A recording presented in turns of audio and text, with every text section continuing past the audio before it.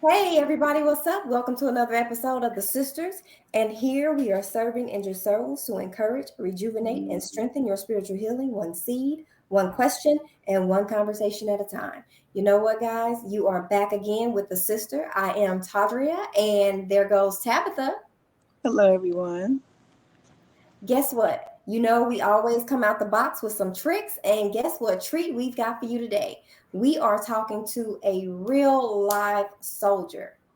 I know I said real life soldier. Y'all ignore me, but he mistreats me on a regular basis. So he's just lucky that he's still walking. So, Greg, tell everybody what's up. Hey, how you guys doing? Okay, so listen, as always, we are not going to prolong the time. We are going to jump right in it. And one of the things that we are talking to Greg about today is how to go from being a soldier to a civilian and the level of adaptation. So we are just going to jump right in it. But first, I have got to know, Greg, were you a believer before you served? Yes, ma'am. Absolutely. I was raised in church. Um, we went every Wednesday, every Sunday, morning and afternoon. Um, it was something my grandmother, my dad, my mom, my sister, we were all involved in the church, involved in youth groups, and just really it was a great church. Unfortunately, that church is no longer in existence. They've moved on and separated out in California, but had a lot of good friends and had a lot of good experiences with that. Okay. So with that being said, growing up with your background being in the church, what made you actually choose the Navy as a career choice? Um, I think I didn't have a sense of direction. You know, growing up in California, I grew up in the Central Valley where there was really not a whole lot of job opportunities. It was really, you worked at the cheese factory or you went to college, and the colleges were, from where I grew up, an hour and a half, 2 hours away, to get there. So junior college was relatively close, but I think I wasn't prepared for just being a civilian or going to school. You graduate high school, and I didn't really take it seriously. I didn't apply myself, so I was looking for a sense of direction. And I was working in fast food a lot, so I kind of wanted to do something. I wanted to be part of something bigger, if that makes sense. With the as far as the culture is concerned with the military. That makes a lot of sense. And considering the fact that you said that, based on when you went into the military versus now, how do you feel the job market has changed? It's changed significantly. When I was looking for work, going through college, I mean, it was pretty simple. You filled out a paper application, and you would get a call back for an interview. Everything was, nothing was digital in those days, and I think there was plentiful jobs, but it was in trades. At the time, I didn't know nothing about. It was kind of, nowadays it's everything's digital. You can apply to 55 to 60 jobs at one time through some of these sites, and you'll get a call back based on your resume within a day, 2 days. Then you didn't have a resume. I didn't know what a resume was when I was before I joined the Navy. Okay, so what was your job in the military? My job was, I served on submarines. I was a submarine auxiliary mechanic. Um, our slang was A gang. We're the only authorized gang on the submarine, but it was a very tight knit group of about 20 guys, 15 to 20 guys, and we handled all the diesel engines, all the air compressors, atmosphere control equipment, fresh water, some seawater stuff, everything that was auxiliary to make the submarine function to where people had a comfortable living experience. So, based off of previous conversations, by the time you left, you retired. I'm sorry, because you never actually leave the Navy. But by the No. time you retired, you were in a position of leadership, correct? Yes, I was a senior manager. I was in charge of either my department, depending on if I was the sea or shore command, or I was in charge of my division at that point, which was just a little bit of a lower level, but all senior management. I had 15 to 20 guys working for me at any given time. Okay, so let's talk about that. Okay. Did did your spiritual belief being in leadership, Did that ever become challenging when it comes to giving orders or taking orders? Absolutely. Sometimes, sometimes you got to get abrasive, and sometimes you use some language that you shouldn't because of frustration. A lot of times you were directed to do something that you may not feel is ethically correct. And you have to still provide that guidance because it's for the best of the command. At the end, if you look at it, you may not completely agree with it, but you still have to kind of go along with the status quo to a point, if that makes sense. That makes a lot of sense. So let's dig into that a little bit. So if you can give us an example, with as little detail as possible, but to help us to still understand, give us an example of a directive you had to give someone because you were in a leadership position that kind of messed with your faith a little bit. It also, messed with my, your moral compass as just being a man and being raised correctly. I had a great upbringing. So I'm a big believer in integrity. So I don't believe in lying or being dishonest to people. But, at one command, we had a gentleman who was a young man trying to go active duty, trying to become part of the Navy. And he did not medically meet all the requirements. And I was directed by my boss, hey, I never saw that paperwork. And I'm thinking to myself, well, yeah, I did.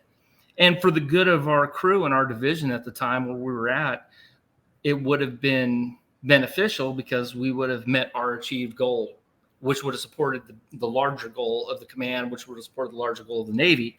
So, I was basically directed to put this guy in who wasn't qualified. And as a result, I still didn't do it. I mean, I got to be honest with you. I was directed to and I didn't do it. Now that became you could be challenged that way quite a bit, but I said, I'm not going to violate my integrity just because you're worried about your own skin. I'm sorry. There's another way to do this, Okay, so with that being said, how does that make you feel when right, that you stood fast to your beliefs and you stood fast to the God that you serve while basically not paying attention to a direct order? I still felt okay about it. I still feel good about it to this day because, somebody who's not qualified, medically or morally, however you want to slice it, can actually be a detractor to the military and that job. And they can have an adverse effect on, your peers. These guys you're serving with are your brothers and your sisters. It's just like a normal civilian sector job. I mean, you see them more than you see your own family, to be honest. I mean, you're at the job site 10, 12 hours a day, but you're not seeing your family 10 or 12 hours a day because you're home sleeping for 8 of them at least, or trying to be, right? So I don't feel bad about that. It didn't bother me. I live by integrity. And, one of the Navy core values is honor, courage, and commitment. Do the right thing when nobody's watching. Just maintain that sense of self. And I stand by those rules today. And my son is actually in the Navy on active duty, and he practices those beliefs. And I think that's just because they've been instilled in him through the Navy and through me as well. Okay, so with that being said, was there ever a point in your reign of leadership that your Christianity was questioned because of racism, or your ability to lead because of racism? Because not everybody in the military think the same, even though you should, you don't. So Sure. Was your leadership versus your Christianity ever questioned or wavered when it came to racism and religion? With religion, definitely. And I would say with racism, quite a bit too. You have people from every part of the country. Not everybody is of the same beliefs that you are. Families people are raised different by different families. Some people are from one corner of the country and some people are from Nevada, Maine, Alabama, and everybody's brought up with a different belief. And, in the Navy, we don't there's no, everybody's the same. We promote that, but you unfortunately have some people who don't believe that because, you know, you don't want them to buy into it. You want them to fit. I feel like you want them to figure it out for themselves, you know, but at the same time, it can be challenging because that was one of the things I didn't tolerate. You know, I have some basic tenets, you know, of, you know, don't treat people as you want to be treated. Don't talk down to people. Don't lie to people. Don't, you know, don't slander somebody, you know, due to, you know, race, color, creed, religion, however you want to call it. And, you know, and I kind of would be unpopular to a certain degree at some points because I would remove those people. Right. If, you know, these are values of the military. They're not just the values of Greg, right? They're the values of the military. They should be the values of everybody. But it's just, you know, I don't want to say the military is a business, but it's only as good as its weakest link. And you have a weak link in there who is demeaning to somebody, you know, if they go to church every Sunday. Well, I don't want to go to church every Sunday. You know, I'm going to sit at home and watch football. Well, you know, that's great. That's you. What you believe is what you want to believe. Keep that belief at home because we're here to do a job and we're here to support each other. I'm sorry. Go ahead. No, I'm good. Okay. So it's funny that you say that. So were you open about your faith? Yes. I mean, you know, I grew up in that. I grew up in a Christian church. I grew up in a Christian family. It wasn't, you know, a lot of people, I didn't just show up on Easter or Christmas. You know what I'm saying? I mean, I'm there. And I was taught to, you know, trust in the Lord for everything that you have, if that makes sense. Absolutely. It makes sense. So perfect question. So, you know how, I'm pretty sure you know, but you know how when you're a little kid, right, and you're in vacation Bible school and they teach you that little song, we are soldiers in the army. We like to fight, right? Yep. How does that relate to being an actual, well, I guess in God's army, you're still a soldier, right? So how do the two relate for you? Your faith being a soldier and your life being a soldier? So that's a very good question. I think I've just been me. I've stood fast with my values of who I am as a person. And, you know, I felt like some days I had to work twice as hard to be as good as the guy next to me because of my beliefs or my values or how I was brought up or what I thought was morally correct. Does that make sense? I mean, Yes. I believe I'm going to be me no matter what. I can't change myself for anybody else. I'm not going to change who I am. You know, I might have to comply with something, whether I agree with it or not, you know, at work or in the military or even at church. I mean, I remember we'd get into disputes at youth group over where we're going next, you know, for a camping trip or what have you, or, you know, who's going to be our guest speaker. But, you know, at the end of the day, when you walk out the door, everybody needs to be on the same page. And I always believed in don't change who you are. Don't waver. So, yeah. Okay, so tell me your thoughts. Okay, because I know when I went to the Army, the military has zero tolerance when it comes to religion. How did you handle that being a blood-born believer? Well, so, you know, you try not to, I guess, you know, one of the phrases they choose is don't separate church and state, right? But one thing that I was grateful about while I was in my community was that every Sunday we still had services on board. I mean, you know, and we didn't discriminate against that. I mean, we had guys that, you know, we had LDS or Latter-day Saints, you know, Mormon faith. We had Jehovah's Witness guy of faith. We had, you know, I grew up in Foursquare Assemblies of God. You know, we just had basic general Christian services. And that was the majority of Sunday. And we even had, I think for a while, we had a Wiccan, somebody who was of the Wiccan belief. And they allowed him to practice his religion on Sundays. Mm. And, which can be a challenge because you're on a submarine with 165 guys and it's Sunday, which is basically the only day you have to sleep and everybody's beaten. But, because they've been running drills or they've been working. But, you have to make time. You have to make time. So, you caught my whole attention. So how did you handle being a soldier, knowing that you were serving with someone who practiced the craft? I looked at it like this. He was a good guy. He's still a good guy. I still talk to him. I don't discuss his religion with him. It's kind of like politics. It's just one of the things that at work, I believe, when I go to my job every day and I practice this, I have my own political beliefs, but I don't disparage anybody else's. And this guy was an integral part of the command, and he was good at what he did. And, and this was actually his statement to all of us. He said, I believe what I believe and I do what I do. And I'm here to do my job. And we can be great. If you don't like what I practice, that's not the issue. The issue is we're all in the Navy and we're all wearing this uniform. We're all working together as a team. Okay, I got it.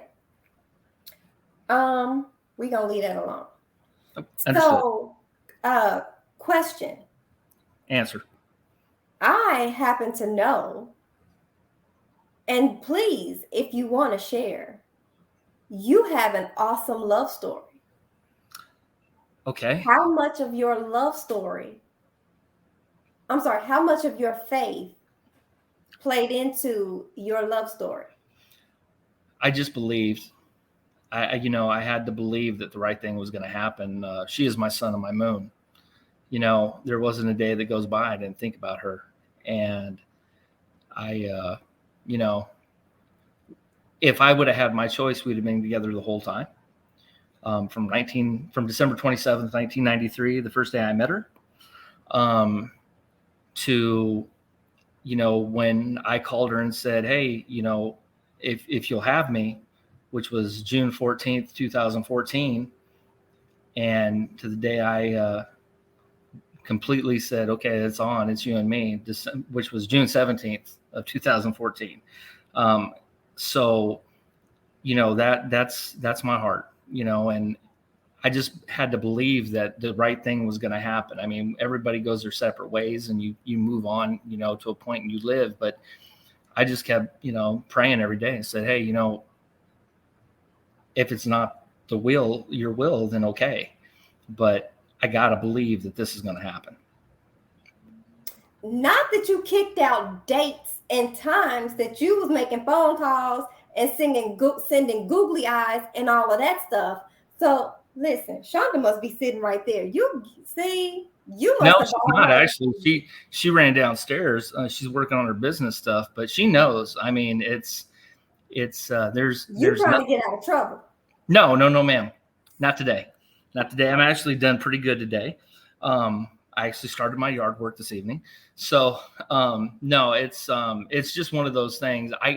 There's a lot of things in my life that I can't remember, but I wish I could remember everything because I think memories are all we have, at the end, because, the good memories, and there's bad memories that we can grow from, but the day I met her, I just knew it. I mean, I just looked at her and I said, that's it. Whether it would have worked out or not, but I had to believe, and I prayed on this quite a bit, but it worked out. I mean, it was the way it was supposed to be. Everybody's part of your life for a certain amount of time, and everything happens for a reason, and everybody, the right thing happened. Right. So being in the military, that can cause a strain on relationships anyway. Yes. So knowing that you held strong to your faith when it came to your relationship with your job, tell us about that. With my job,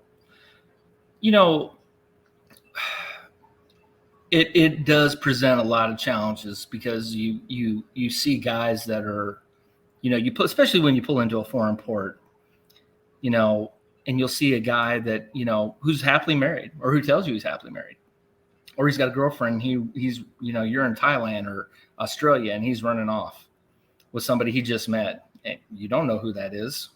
Who's she? That ain't his wife. Right. And I just, again, it comes down to integrity, and, you got the best thing at home. You can, especially with my guys, I would try to impart some, common sense. Hey, look, you don't want to go bring home something and give it to, the love of your life. Right. You don't necessarily want you have a family at home. You have people that are relying upon you, that have faith and believe in you and trust you. You don't want to shake that faith, shake that belief. And, some guys would listen, some guys wouldn't. I can't really say that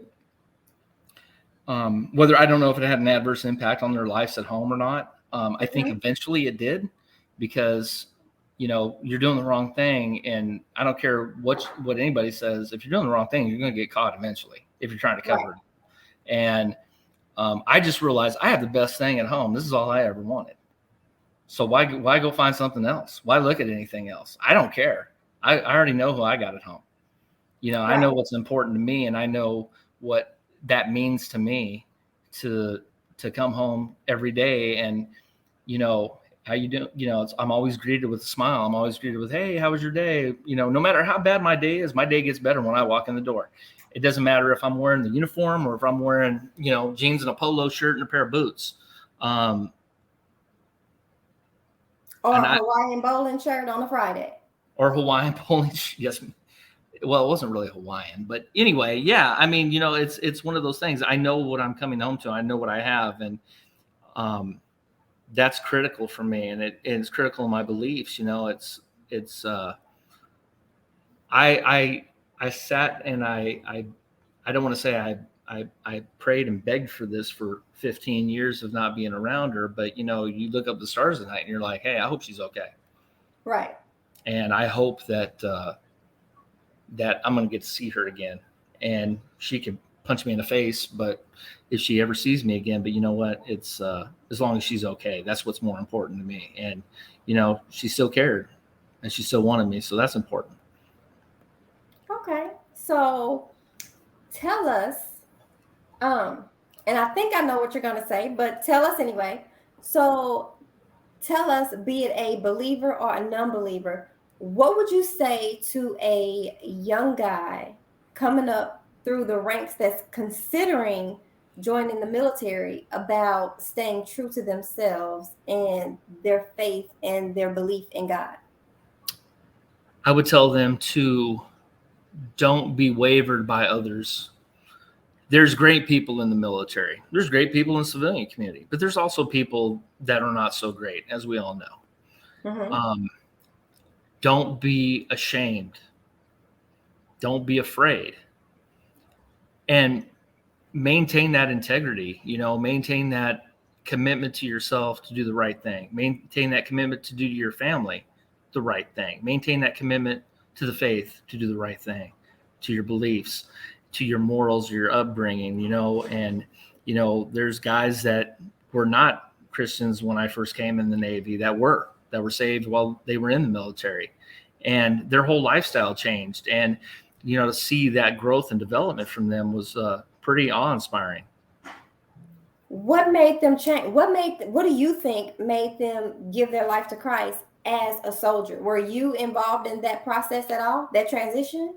I would talk to them, but, at the same time, I wanted them to, they would ask me my opinions and my questions, and I would tell them, say, hey, listen, I can't make the decision for you, but if you want to come over here and sit down and listen to what we have to say, or what this guy's talking about, because we had an ordained minister on board at times. And I said, come over and listen to what he has to say. And, you don't have to stay for the whole thing. If you don't like it, then that's up to you. That's your opinion. And I think a lot of it comes down to is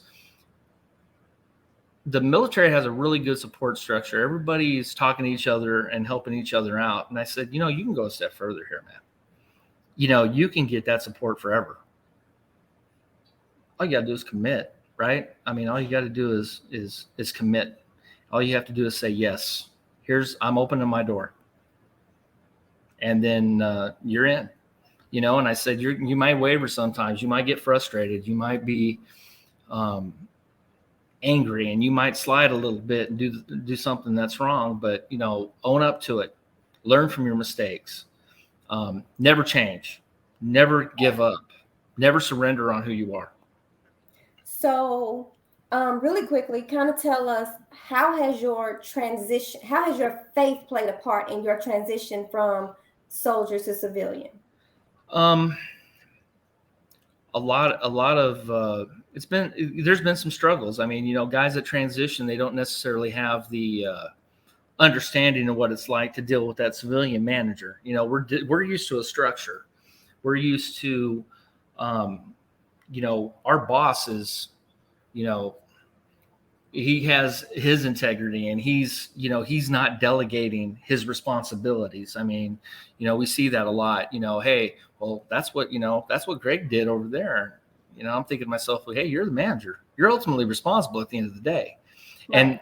And that's an adjustment. But I think as long as you just sit there and you think to yourself, hey, it's going to be okay, and you ask the Lord for support, and you ask him, say, hey, what can I do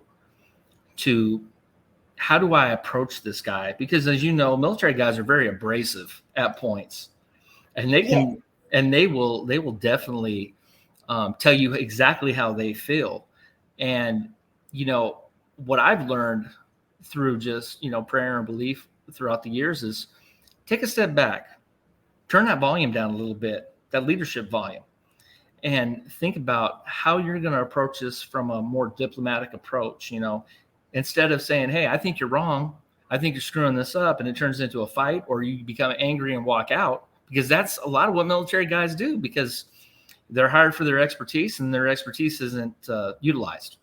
So what they end up doing is just saying, hey, how can I be a better part of this community, and what can I do to improve upon this process of this organization? So just a lot of, there's been some struggles, but I just go back to, hey, I just trust in God, and say a lot of prayers and take a little bit more vitamins if I have to. That's funny. Greg, I appreciate you hanging out with us this evening. We clearly, hopefully there's somebody out there that's contemplating going into the military that will make the great choice to go. I was raised by a Marine. My big brother is a retired Navy SEAL. My sister-in-law is retired military. I came from a military family. So hopefully something that you said would give somebody just the unction to want to just take a second look at the military and understand that, you can either be a soldier in the actual military, or you can be a soldier for Christ. It's still their choice, right? So, guys, this channel is about having an open and honest conversation about your walk with Christ, whether you have one or not. And that's like the perfect place to hang our hat. I mean, most soldiers always tell you that there's no ambiguity in war. So, ambiguity in war. And at the end of the day, there's still no ambiguity in life either. So, you know what? Just keep in mind, guys, we are just somebody trying to tell everybody about one body that can save everybody. Guys, have a good evening, and we will see you next episode. Tell everybody bye. See you later. Thank you.